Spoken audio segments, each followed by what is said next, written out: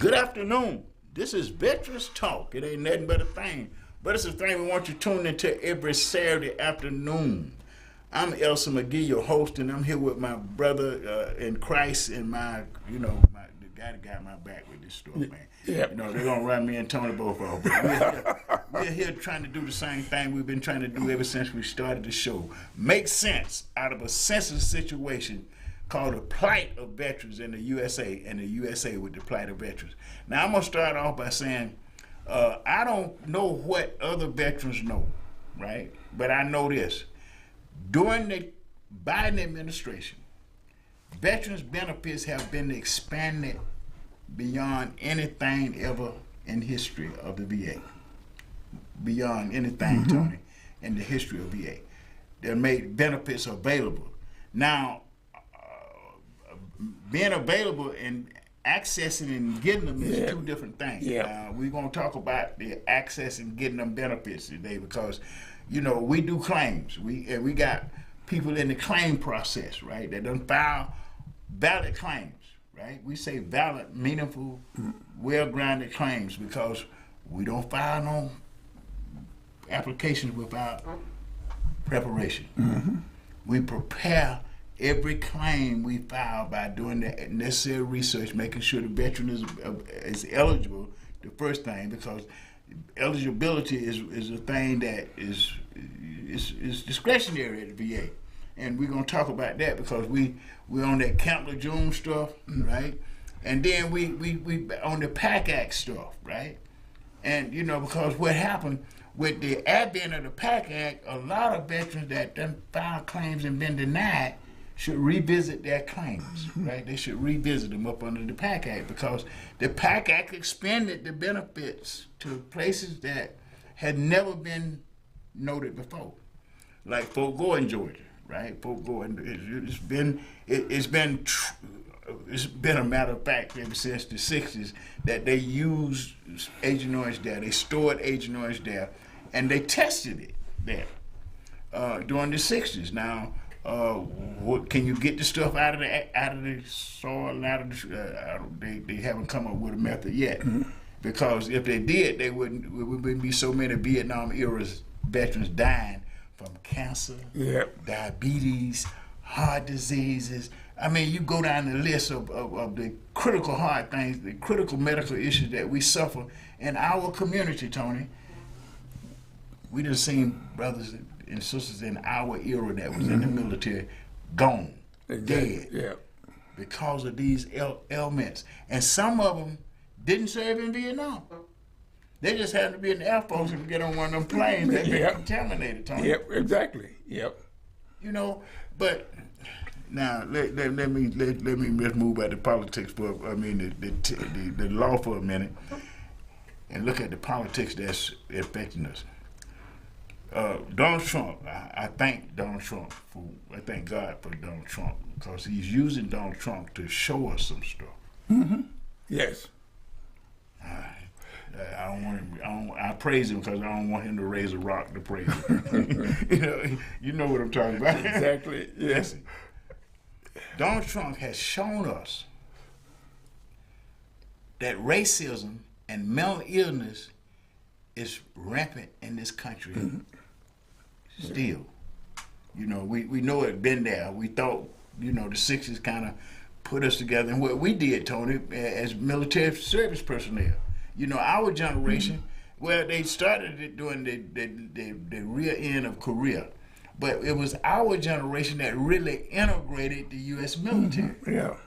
It was just face to face. We went in the military under the draft, and you know, being exposed to the draft. Some of us went volunteer because we didn't want to go in the Army or the Marines, which the infantry people. Anyway, we went into the military coming out of segregated communities. Coming out of College Park, man. Ain't nobody living in your community but you. That's it. I come out of the west side of Atlanta, Georgia. I'm a white high bulldog, y'all. So y'all listen to what I'm saying, because you know I'm telling the truth.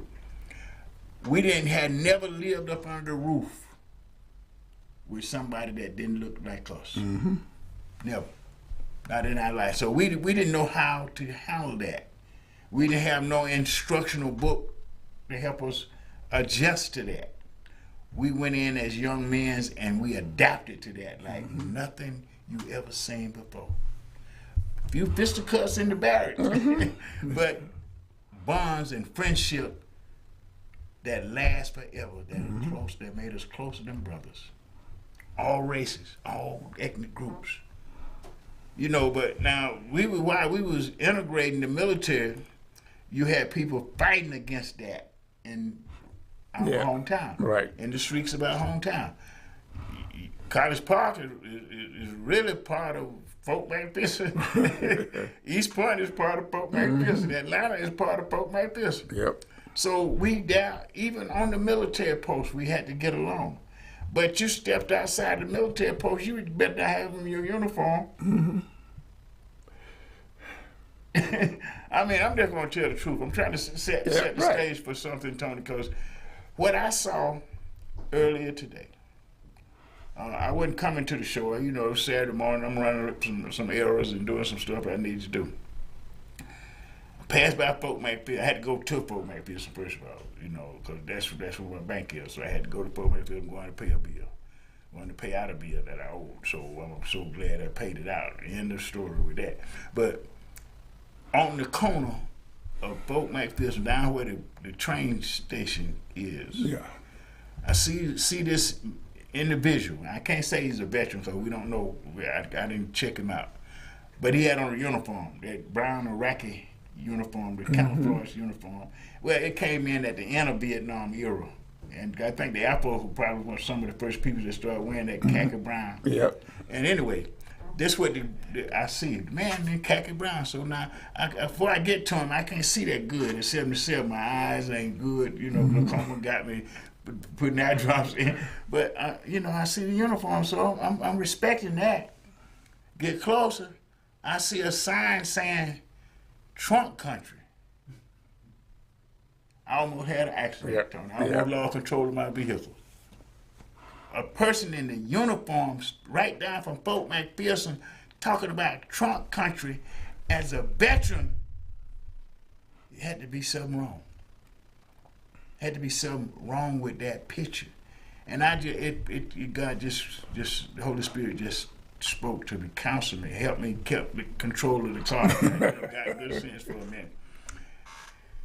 That's what we're dealing with, mental illness. And this man is able to manipulate mental illness and hatred like nobody I ever seen in politics. And you know, I'm looking at George Wallace, so, all the way up. We deal with Lester Maddox, all the way up. So we ain't new to watching races in politics. We ain't new to that. We know, Tony, when we left Atlanta, Georgia, going into the military, wasn't no black people on Atlanta City Council. Wasn't no black folks in the Sporting County Commission. All of that came about as we integrated this society and started making the Constitution grow with its potentials, right? The Constitution got potentials that if you read it, you know that we are in the right place. You know, some of our ancestors went back to Africa when they was free, but a lot of them stayed because they saw this as their way to freedom. And look at it now. I don't think they made a mistake, Tony, because the integration of the U.S. society have produced more billionaires than I can't even name all them folks now. That look like me and you. Exactly. That wasn't happening in that segregated society. The growth of nobody was happening. Even the poor white community was suffering. So we ain't looking what our generation did. We got to know each other beyond the color of our skin. We got to see the contents of each other's character, and we all realize that God made us all. God made us all. I seen them bleed red, no matter what color they were, what community come out of, because they were dying on a battlefield for this country. For what we got in this country, Tony. What we got, the opportunities we got. That's what we pledged to. Liberty and justice for all. Like James Brown said, I ain't never want you to give me nothing, just open the door and I get it myself. And I have watched us. Listen, Fort McPherson used to probably be one of the most racist spots in the entire period on most of it now. Yeah. I'm just talking. Yeah. I'm just talking now. I'm just telling you what I know, Yeah. what I've been, God has allowed my eyes to see. You know, I never thought I could see it. We never imagined Atlanta being what it is today. It just, you know, No. because we grew up, like you said, in a racist community. Atlanta was a racist city. Listen, listen, just go to the West End, Tony. Yes. And get eggs to spit on in Yeah. the West End. And I lived on off of Ashford Street, so it was right up the street. I could walk there. That was one of the places me and my little crew Yeah. walked. Yep. Me and Lewis Herman, the brother that I'm holding up before our community that know him, was one of my friends. He's on the wall that we're building in Piedmont Park. Never before in the history of this city have that been recognized. And a lot of people thought we were talking about a black memorial. Yes. Initially. Yep. They didn't know no better than that. See, they didn't see the vision. They didn't see like who anointed, who inspired this. You was telling them, you was trying to tell them all along. This is divinely inspired. So don't watch who we are. Yep. Look at what we're doing. What we're doing. So the first time in the history of the city, military service is being recognized. Yeah. From every community that participated. And we ain't finna let Donald Trump make us think otherwise with his whole campaign of misinformation, lies, and deceit. Because I've been to a word, Tony, that tell me a liar is the child of the devil. Okay. Yeah. I mean, that's what the word tell me. Now, I believe the word. I don't know what else. I can't tell nobody else what to believe. But this is what guides me now. Right. This is what keep my walk, because my walk has been wobbly, Tony. I was wounded in combat in Vietnam. And they didn't even recognize that PTSD existed until 1980. That means I had to come home and fight for medical care. Yeah.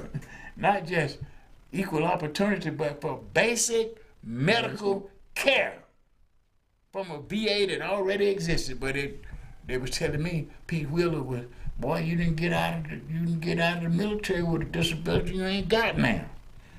So they made most of us during that period think that if you didn't come out of the military with a disability, you ain't got now. Yeah. So you didn't know about filing for a disability. Our ancestors did not know. Anyhow, we trying to make sense out of a sad situation, Tony. Because see, out of that era, the Vietnam era, this country grew into a multi-racial, multicultural democracy. And not only did you see black and brown billionaires, you know, you saw integration of God's people.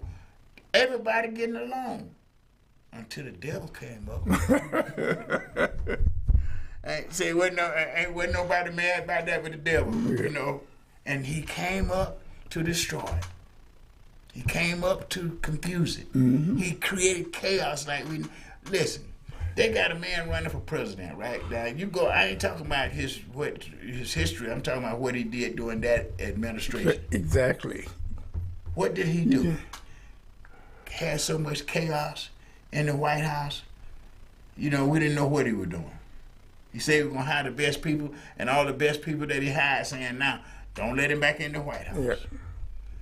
But still, the media has given him this large following, which he got through manipulation and lies. Now that the court system is coming up, I have never seen anybody manipulate the court system in this country the way he is. He's manipulating the court system. He's threatening people with bodily harm. This man has called the Speaker of the House husband to get bashed in the head in his own home. Yeah. You know, let's just keep it real now, because see, when we look at what's happening, we got to identify it, recognize it, and respect it. but you respect it by challenging with the word. You know, doing what the word say do. You don't back off and run from it. We're soldiers. We done already proved that we're soldiers. And soldiers don't do, listen, that story about David and Goliath, you know, what we learned from that. What we learned from that. We got to be able to understand that every day in the military, Tony, you pray and you pledge allegiance to the flag. Every day. Every day. You gave your word to this country. To the men and women that serving with you. In our era, Tony, we had the biggest sacrifice in any military since. 58,000 of our peers died on the battlefield of a war that probably shouldn't have never been fought because of bad politics. Yep. Just bad politics, bro. Let's tell it like it is. We didn't declare the war. We just fight the wars. We do what our good government leaders say do. And we gonna look at the leaders that we got now, right? And you can't say Donald Trump is not a leader because he's influencing how the House of Representatives functions. Yes. This is the House, part of the federal government. This is big, one of the biggest parts of the federal government, the House of Representatives. Why? Because it raises only house that got the capacity, constitution to raise revenue. But I want to talk about revenue for 1 minute, Tony. Then I'm gonna leave it to you for a minute, bro, because I'm getting upset. The more I talk, the more I'm listening to myself. Yep. But I'm telling the truth. What we came up against, we overcame. Was pure racism during the 60s and 50s. The hate wasn't there like this spiritual warfare has brought up. But racism is a form of hate, but not all hate. You know, for some of us, there's a lot of fear. You don't look like me, so I don't know you. I'm afraid of you. And then some of the people on both sides whoop up propaganda to make you hate, make you afraid. But we got to be able to overcome all of that stuff. And the only way we're going to be able to overcome it is that we start demanding what we give. I don't think any demographic in the USA have given more than veterans. I don't care whether you was at Fort McPherson for all your service or whether you was in Vietnam. You gave the same. You did what you was told to do. You followed orders. Because that was your job. That was your assignment. And you did it. If you didn't do it, Tony, they start taking your money. They say, be late. Just be late. Yes. You know, talk back to a commander, a sergeant. Yeah. You know, so you had to make some adaptations to do this service. And it was right, Tony, because that's the way we was basically raised, to be obedient. To be obedient. Now, here we got somebody that manipulate all that. Everything we believe, everything we was taught, everything we served for, this person has opposed it and really blasphemed the Almighty. Right. And we stand aside. We ain't got no heart of David. You know, David said, oh, wait a minute. But man, you talking too much. You know, you don't say it too much. You blaspheming the name of the Almighty. So I'm gonna take your head off. I'm gonna take your head off. I'm not gonna let you do that. I don't care how scared the army is. I don't care how scared all these folks of you, bro. Man, the battle is not mine. It's the Almighty. Yep. See, a lot of times we get to thinking that we can fight. You know, but I know for an absolute fact that he brought me through battle. Because people next to me died, Tony. Yeah. Next to me. I ain't talking about in another room. I'm talking about land. Standing right next to you. Yeah. So I know that he is in charge. Because no other way. I couldn't have did it. I couldn't have survived it by myself. who that dumbass said, never could have made it. I never could have made it. I got sense enough to know why I never could have made it. And not think too much of myself, start thinking I'm all that if I want to, get out across the field and can't get out. We got to take this to the people. And, and they got to come out of the church, I'm sorry to say. So I'm walking now, I'll be back in Concerned Black Church, because I got to talk to the church now. It's time for them to come together and help us identify these families.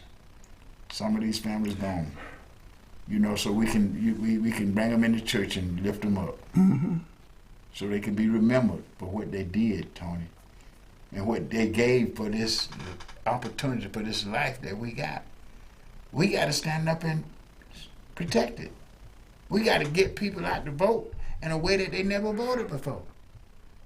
Because otherwise, they setting up now to manipulate the project worse than they did the first time. Worse than they did the first time.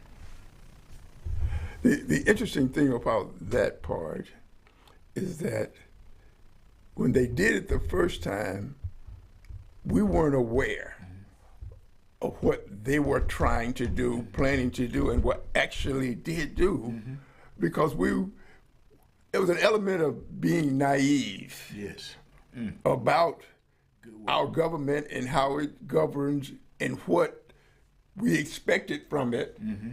But not only did we, being naive, find ourselves bamboozled, to put it, because that's what they did. We sit there going like, but this is not this. First of all, the government that we served in the military to protect and defend. This wasn't what we were determined to protect and defend. Yet we found ourselves in that situation.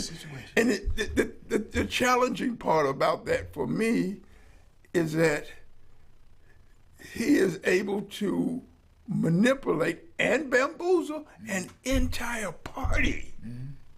Well,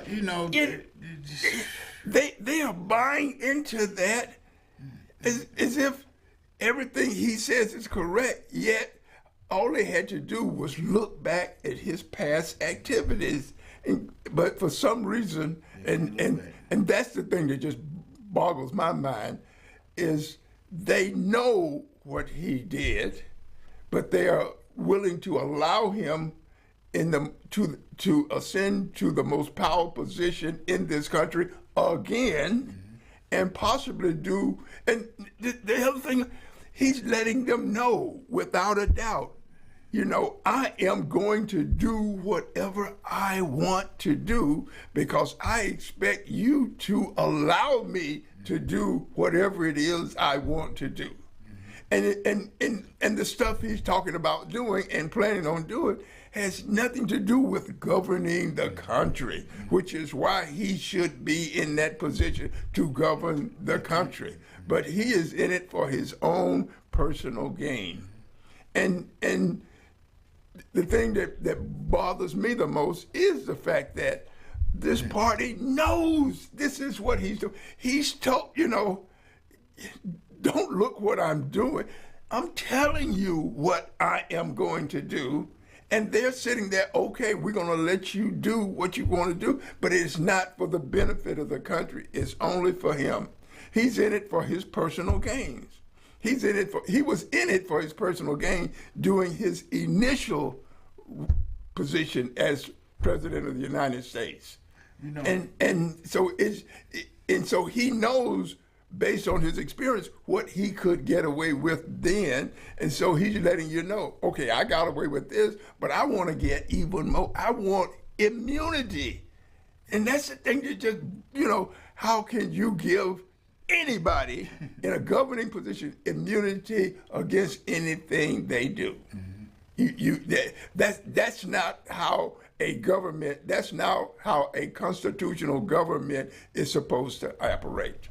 You know, there are laws and rules that govern us, and everybody is responsible for following and living up to and living by those rules that are designed to govern this country, because it's for the benefit of the country. And if they're the benefit of the country, we as citizens will also benefit from it.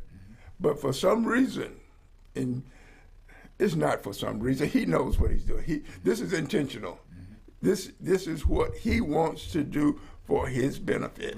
He is probably one of the most selfish governing person in government that we probably run into. I'm not that familiar with a lot of the history of those people that have been in governing positions, but for our generation, you know, he's letting us know, and yet we're choosing to. He's not forcing it. We're choosing to look the other way, to allow him to do whatever it is he wants to do. Now, except for mentally ill. Okay. Except for mentally ill. I don't think a mentally ill person has the mental capacity or the spiritual capacity to recognize and appreciate the potential consequences of their actions. Mm-hmm. Now, there are some people that does have that capacity, but they identify with him. That's where they're at. Yeah. See, that's what I appreciate by him showing us that these many folks identify with what I'm doing, to the point that they don't accept anything else, no matter how you explain it to them. Yeah. No matter how you show it to them. They identify with him. They perceive that they are with him and he's with them. So it's like being in the military, right? You know that guy that's next to you, that person next to you in a firefight is with you. You know, you know that because they with you. So that's what these folks, these folks believe it because they identify with him and what he is about. Yeah. They believe, and this is a risk that they're taking now, because the devil don't have no loyalty to anybody but the devil. Mm-hmm. That's what they're missing. They're missing that. Because you can look back at his history and see how he have turned on people, Republicans. Yes, yes. Republicans, now I ain't talking about no Democrats, or with no Democrats that close to him. William Saxby was the first senator. Now, correct me if I'm wrong. Now. You know, you can stop me if I'm wrong, because I don't want to be spreading misinformation and lies. I want to do the truth. William Saxby was a senator from Alabama. You know I ain't got no love for William Saxby because what he stood for, cold and the hood racist. Yeah. Gave up his Senate seat brought it out. He supported him when nobody else supported him, right? William Saxby stood up, brought him in the Senate, now he done took over. But anyway, before he got there, William Saxby became his Attorney General. Yes. You know, he big boy, post-in-law. But when he came under investigation for this Russia relationship, William Saxby started backing up and saying, well, I ain't gonna do that now. I ain't got to, I'm not gonna cover for you there because of my basic values about Russia and what I know we got to deal, how we got to deal with Russia. I'm not finna back you there. Not only did he fired William Saxby, he went to Alabama. Now, I'm going to talk about that guy he got to replace William Saxby. Oh, Lord, how much? Somebody stop me. Yeah. Somebody stop me. But him. You see what I'm saying? So these are people that identify with Donald Trump. It's not Donald Trump. It's like, how did this guy get them people to drink all that Kool-Aid? What was his name? Anyway, you know what I'm talking about. Yeah. He got them folks to drink all that poison Kool-Aid, and they know it was gonna kill him. But they identified with him so much, they drank the Kool-Aid. That's what you got now. But I'm gonna look at it a little bit deeper because I'm guided by the word. I believe that we're dealing with the Antichrist. You know, the word tells they're already here, and we already know what the Antichrist is. He's there to destroy, kill everything that God has built. or to take it over. Like if he can take it over, he can make it real. But he can't make it what he can't make it. He's a creature. He's been created. And his time is limited. But these people with him don't see that. But I'm going to tell you something. I believe this, in spite of all this mental illness and all this manipulation, all this stuff that's going on, God is still in charge. Oh, yeah. See? And we got to recognize that and be like David, say, that I'm going to fight because I know the battle is really not mine. God going to equip me to win this battle. Period. Because otherwise, I'm going to be so confused. I'm going to be so disturbed. I'm going to lose focus. I'm going to start thinking that that young man on the corner, that man on the corner, is there because he want to be there. I can't think of that. I can't put my mind to believe it. I know he's there because he got some mental problems. And his mental problems been manipulated to make him feel like I can be a part of something. Yeah. This macho thing kicks in, man. This bully thing kicks in. It has an influence on people. I can remember occasions. I'm gonna tell you a little short story. I was in the penitentiary. You know that. Everybody know that. This was at Terre Haute, Indiana, right? It was like they sent me there because I was too young to go to the Atlanta Penitentiary. So now I get there. Here's a guy, man, that's cold bully. He bullies the phone. He make guys get off the phone when he came up, you know.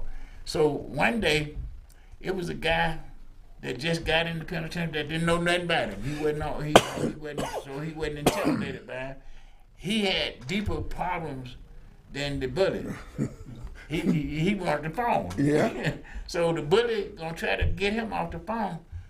Man, what he did to that bully was ugly. You know, everybody felt sorry for the bully. The boy whipped the bully to the point that he was windmilling. He just started windmilling and hollering. So what he thought the man could fight. This boy whooped him, and he was twice as small as the bully, but he just had combat skills. Man. Yeah. He put a whooping on that boy. So he was making him hit the floor so hard he didn't want to get up. So everybody that was afraid of the bully from then on thought the bully was a joke. Yeah. They realized that sometimes, you know, you got to get past what the bully is saying and look at how the bully is really behaving. I done seen Donald Trump talk a lot of stuff, but he know that his money and his position with the money is giving him power. So he know how to manipulate power. You know, we look back over his career and say before he got in the government, he was manipulating power. He wasn't doing nothing but faking because all the stuff that he set up went bankrupt. Exactly. Yeah. I ain't gonna talk no more time. No, you know, I'm gonna let you talk about that because I ain't finna talk about that because that's gonna make a lot of folks mad. Yeah. They probably come, man. But they need to be angry. They need to be upset cold calm, man, when you see this guy for what he is. And there were voices saying he has no business in that position because he's a failed businessman. He can't even run a small business, yet you're going to put him in charge of the United States government. It's almost baffling, but people bought into it. But don't, Tony, look at the haters bought into it. Yes. He was able to manipulate white hatred. Yes. And he's still manipulating white hatred. Yes. He's manipulating mental illness. I told y'all about the time I was at a barbecue kitchen and the young lady came up and told me, thank you for your service. So I'm in a conversation, beautiful young lady, right? All of a sudden she said, I'm an undercover Trump reporter. I got away from a reporter. I realized then that this girl just, why would she tell me that? Why would she tell me she's an undercover Trump supporter? See, what they are, a lot of people are identifying with this man because of their mental illness, Tony. And their hatred. So this is what the Antichrist preys on. He come at the weak first. Then he gonna come at the rest of us too. Yeah. Don't get him wrong. He ain't really no respected person, but he got to build himself up, right? Yeah. He got to come up as a big boy. That then he gonna come at us, those of us that believe. But all we got to do is hold fast to our faith. Mm-hmm. See, that's all this noise and chaos and stuff that he's doing. And not only Tony, I'm gonna tell you something else he's doing. It's showing up in the government functions in this country right now. Because a lot of these folks are already in place in government. Yeah. I'm gonna use the claim process right now for a minute. And I'm gonna use some names because I'm calling on the senator to come talk to us about this. 2 DICs, right? People that husband died, they was veterans, they do benefits from the VA. And 3 veterans. One of them is sitting in our audience today. So he's here every week he can be here. They have been sent around the roses. Not on a merry-go-round that they don't want to be on. Because they filed claims. And I'm gonna tell you, the claim has never been confronted on the merits. It was always a form. Right? Or they just let it sit on the desk till you call and see what's going on with your claim. And guess what now? They got a new tactic too, these insider sabotagers. They say you cancel your claim.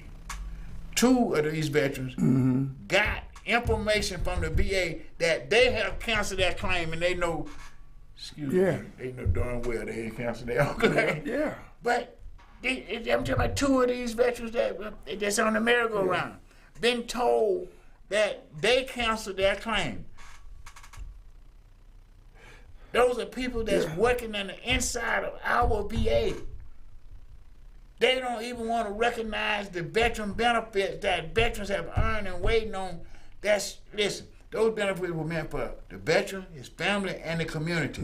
And when the veteran don't get it, he suffer, his family suffer, and the community suffer from those benefits. Yep.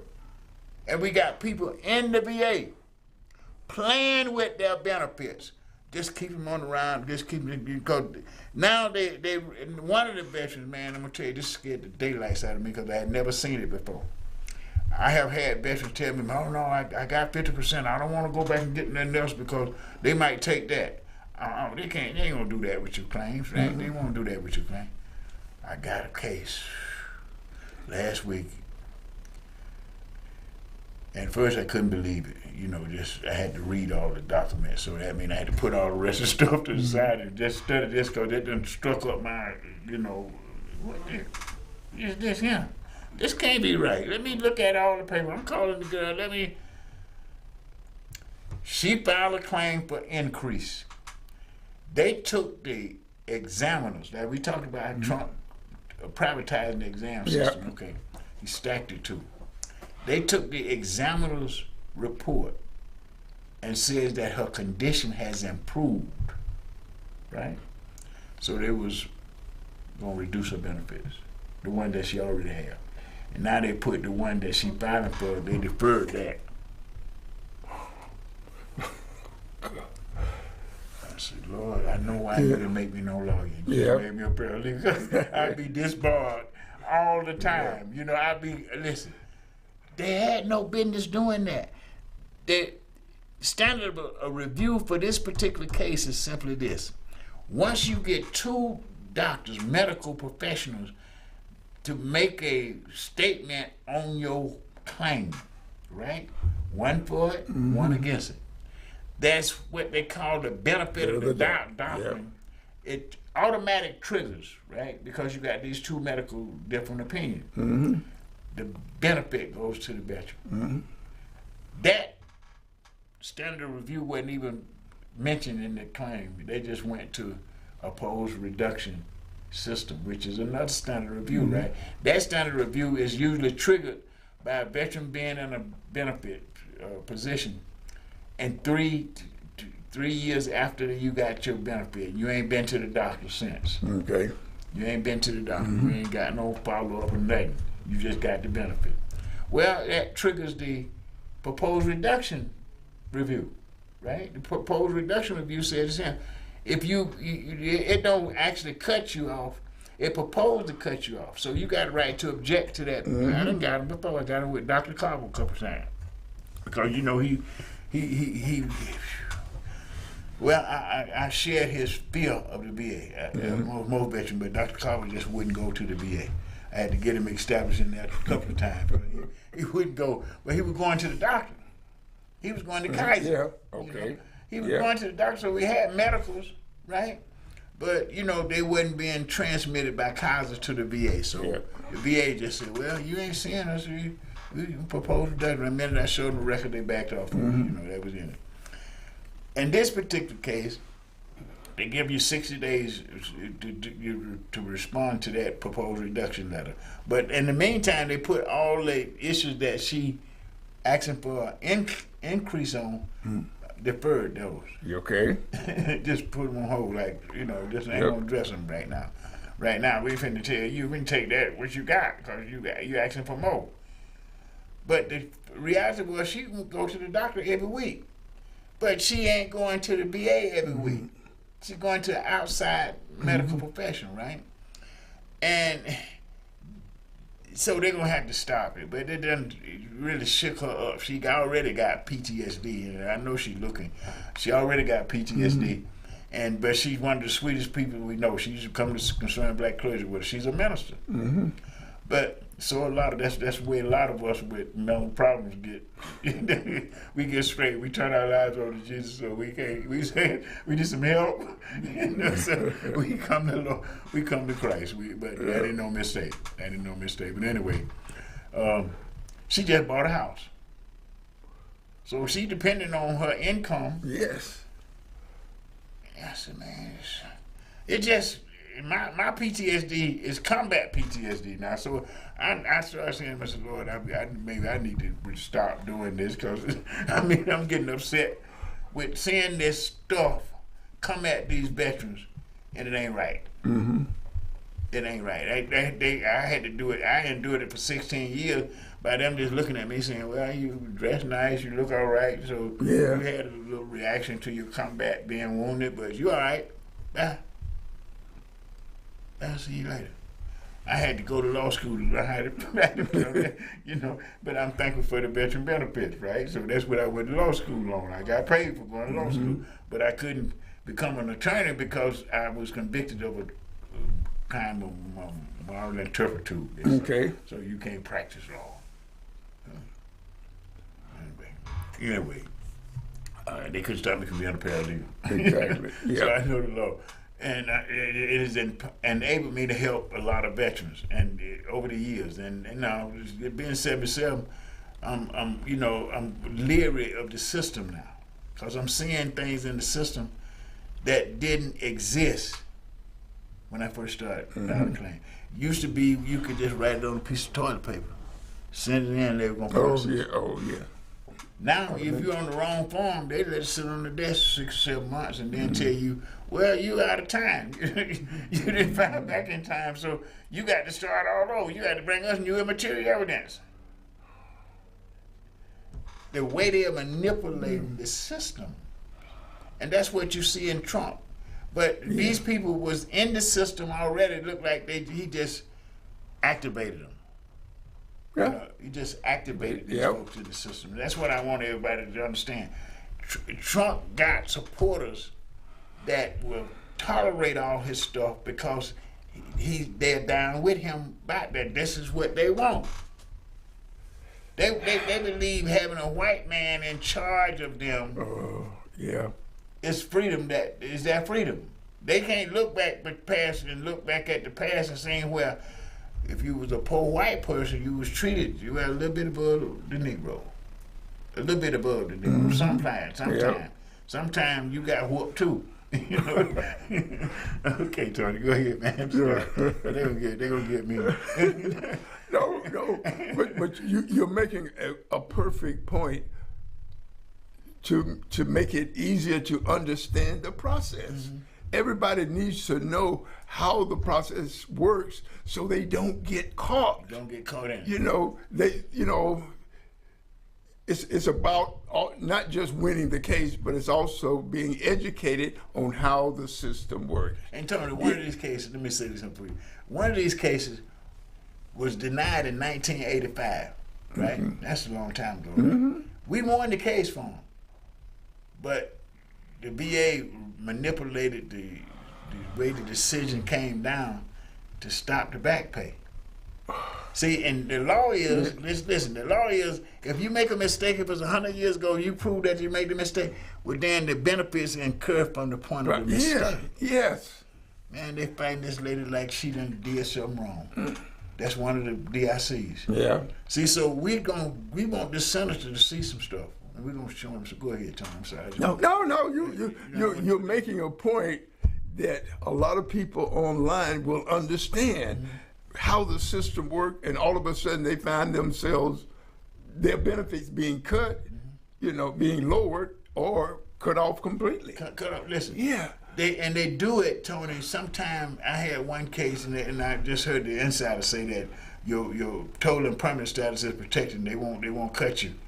Well, they won't let it stand. But we done had somebody had she was a veteran. She was actually a person that had served and got her injury in the military, right? But she was beautiful and flashy.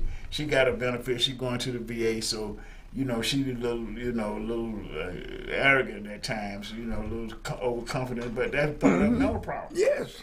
And she got her stuff. Somebody at the VA dropped a note in her file saying that she had been doing better. But when I got them to see that she was already told and permanent, they had to back off of it. Yeah. But the impact was she had a child in school. When they stopped that benefit, the child's school stopped. So when she had to reignite all that stuff, man. So it's a way that we got to be able to understand. You got these people in the process that's sitting behind the desk at VA and in other government agencies and Social Security too, that don't want to give you your benefits no way. Yeah. Yeah. And rather than they being rooted out, they rooted in. Go on. But I'll say what I said before. Knowledge on how the system works. It's one, I can understand the veteran getting the benefits and everything, and all of a sudden he feels, okay, I got this for the rest of my life. Not realizing that there are stipulations, there are rules, there are procedures that you've got to follow to maintain that. And if you don't know that, you're going to find yourself violating those. And it's probably something relatively simple. It is, Tony. It is. It is definitely simple. Yeah. Because they're there for us. But it's not supposed to be that way. No, it's not. Once you're awarded those benefits, you are that's yours for the rest of your life.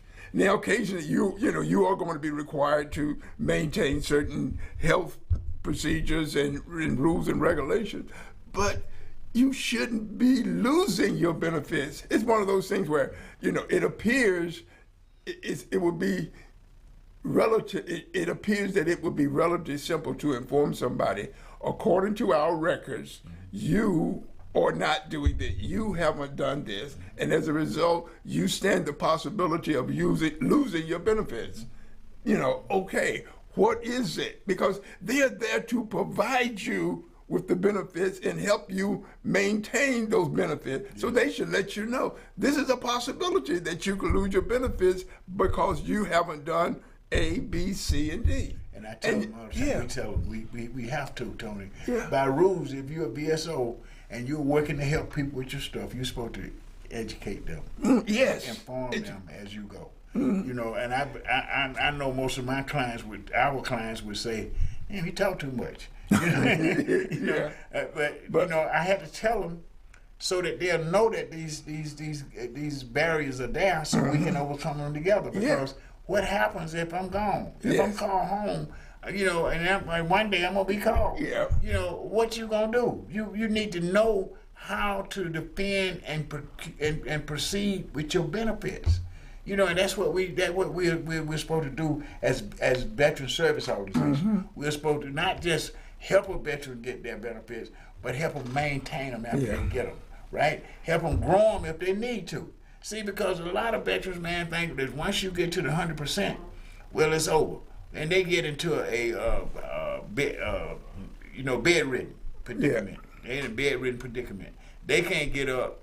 Their family ain't that supportive. Mm-hmm. They can get in-home care. They can get more money to pay for people to come take care of them in their home. They don't have to wind up in a nursing home. They don't have to wind up in none of them places where we hear all these horror stories during COVID, when all these veterans were dying. And you know, I mean, just stuff, Tony. And you know, we know that we got people right now in rehab places, and you know, hopefully ain't nobody been moved to hospice. But when we go visit them, you know, they land up there thinking about the benefits. They going through critical care issues right now, and nobody is informing them of what to do. You know, how to do it. Well, I go out there, go ahead and pick up your papers. I'm gonna come get them. You know, because I know what I would want somebody to do for me if I was in that predicament. I don't care if I've been, I guess they expected me to be gone by now, but I've been 100% so long, they can't do nothing but look at the 100%. Yeah.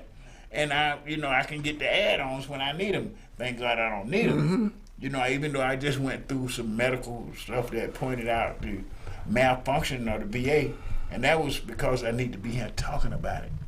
You know, so I'm walking today because I knew how to get outside of the non-caring system. I had to do both systems that's available to veterans, and that's Social Security and VA.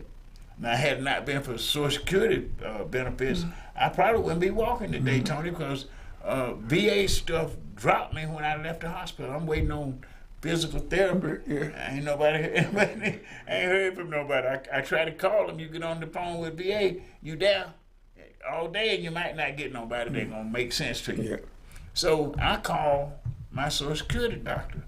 They went to work and got me into physical therapy. You see me walking to the place today. God is good. I know that was his hand. But what about those veterans that don't know how to navigate the system like that and are getting in critical situation and dying, with their claim still in the process? You know, it sounds similar to hospice care, where take the former President Carter. You know, he is in hospice care. But he's living and not functioning well. But I look at that and look at my sister and everything. We were not aware of the fact that she should have been in hospice care, even though she was able to go to the doctors and all of that. But her diagnosis was terminal. Yeah, and so she should have been receiving those benefits associated with hospice care. Until one of her daughter's friends said, "Your mother should be in hospice," and she said, "Well, she's not that sick." And that she said, "No, for her health care." And that is similar to the situation with the VA. With the VA, the medical system fails us because we don't have the information. Yes. And that's what we're doing here. Let me just take a brief moment, Tony, to think about what we got coming up. This week, coming up on the 18th, we got a town hall meeting at Club E. You know, at 18th from 10:30 to 3 o'clock. And this is a teaching expedition this time because we invited most city councilmen from East Point, College Park, and Atlanta, and Hatesville. So I'll be calling them tomorrow, reminding them that we need to be there because I think they're overlooking some critical votes in the community. They're just taking them for granted. Veteran votes need to be sought after right now because of this mental illness going on among us. Yes. And the fact that a lot of us, Tony, are in senior homes and we won't get out to vote. We need to coat that vote. Yes. We need to make sure those people are voting because that will make them feel like they're a part of this society again. So we need to talk about that. And then we need to let people know about the memorial. Like the city of Atlanta will be issuing an RFP this month. So we'll be looking, hoping, and praying that CD Moody get the contract so we can get this memorial built, because we know what CD has done for this memorial and his people. Robert Fowler and Act Tiggs, they've been there for us. Yes. So we want to thank them for that. And Val is having a fundraiser. She's still going to do the fundraiser, Evening Under the Stars with the Sons of Atlanta. And we're going to be selling tickets now. This is a ticket sale thing. The tickets cost $25, and you can get a table for $150. But the proceeds to this, where the profits to this, naturally we're going to have to get her what the cost of what she's doing out of it. But the rest of it go to the Sons of Atlanta to help buy bricks. Now, because why we want to buy bricks? We selling bricks. Yeah. Well, let's face it, some of the veterans that are gone, you know, like Jose Williams need to be named in this park. Yeah. You know, Maynard Jackson need to be named in this park. Yes. Marvin Anderson, Julian Bond need to be named in this park. Yes. Why? Because they have stood up for veterans. Yes. They have stood up for us. And they were Sons of Atlanta. Exactly. You know, so we want to make sure that they get a brick. If nobody want to buy it, we're going to buy it. Yeah. We're going to get the task force together, and we're going to decide who we're going to give those bricks to. Right. But I'm just advocating for them. Like right now, I'm advocating for Jose, because you know how I feel about Jose. Yeah. And, you know, we'll let Jose Feed the Hungry know that we'll give them a brick if they want to buy a brick for him. That's 2 bricks, okay? But that's what we're going to do. And I want to just say that, Tony. You can take because they were a critical part of Atlanta being what it is today. And so they are sons of Atlanta that made it work. You know, we can go back and all of those initial black men that became city councilmen and all of that, they made Atlanta what it is today. Because like you said, when we went in, it was totally white. Totally white. But we watched the change, and we watched the city grow. And not only watch it grow, Tony, we showing people how it can work. Yes. What we did, what me and you did. Now, I ain't gonna, you know, me and you and Bernard and this, let's just say the task force. We've got the city of Atlanta to pay for this memorial, to give us the profit for this, and we got the county commission to start a veteran program that's ongoing. Yeah. Listen, that's what the Sons of Atlanta do. Yes. We make it better for the community and for the county. That's us. Yeah. So we want to shout it to the mountaintop. We're gonna give everybody an opportunity to participate in this brick thing. So if you want to put your name in the park with us, come on. If you don't, that's okay. We're gonna do it anyhow. Yeah. Because it's already done. Yeah. You know, divinely inspired. And we're just ushering it along. And as we usher it along, we're trying to make it known to the public so that they can come and be a part of it. It's not for us. You know, yes, I'm glad to be a part of it, but I am just one of the sons of Atlanta. And we doing what the Sons of Atlanta do. Yes, that's what we do. We do what Sons of Atlanta do. We do what Sons of Atlanta do. And we're proud to be Sons of Atlanta. And I'm gonna say this for Status Network. You know, they're Sons of Atlanta too, man. Yep. You know, that's what we're doing. You know, with all these Sons of Atlanta coming together to be the Sons of Atlanta. They got a program going tomorrow, community right here in the right here. Tony got his. You give Kenny one there. I got mine. You know, you gave him mine last week. But I'm just saying what the Sons of Atlanta do. They build Atlanta. Yep. And we are one of the greatest cities on planet Earth, man, in the United States of America. I'm blessed today to be here with you, my brother, and thank you for what we're doing. And we're just gonna keep on doing it, Tony. Yep. I'm gonna say this here. I'm gonna try to be in Concerned Black Clergy Monday. You know, because it's time for me to. I'm walking, man. I'm walking, man. I'm walking. So I'm walking back up in there on Greg Fan and Shannon Jones. You know, because they are brothers and they down with us. They are brothers and they are sons of Atlanta. They're Sons of Atlanta. So we finna make this thing happen on the scale that we finna put Piedmont Park and they're gonna look like the Sons of Atlanta. Exactly. All our communities coming from everywhere, every part of town, bro. We doing it. Thank you. Yeah. You know, Tony, close it out, So, man. we want everybody to join us next week, right here, Status Network, 4 o'clock to 5 o'clock. Follow us on Facebook. Like us on Instagram. Like us on Instagram, and we'll see you next week. And share this story. Yeah. Share the story. Yeah, I'm calling out. Now, we're going to have a guest next week. We got to bring somebody. It's probably going to be Antonio. I don't know. I got the CZ in town. He's the commissioner for this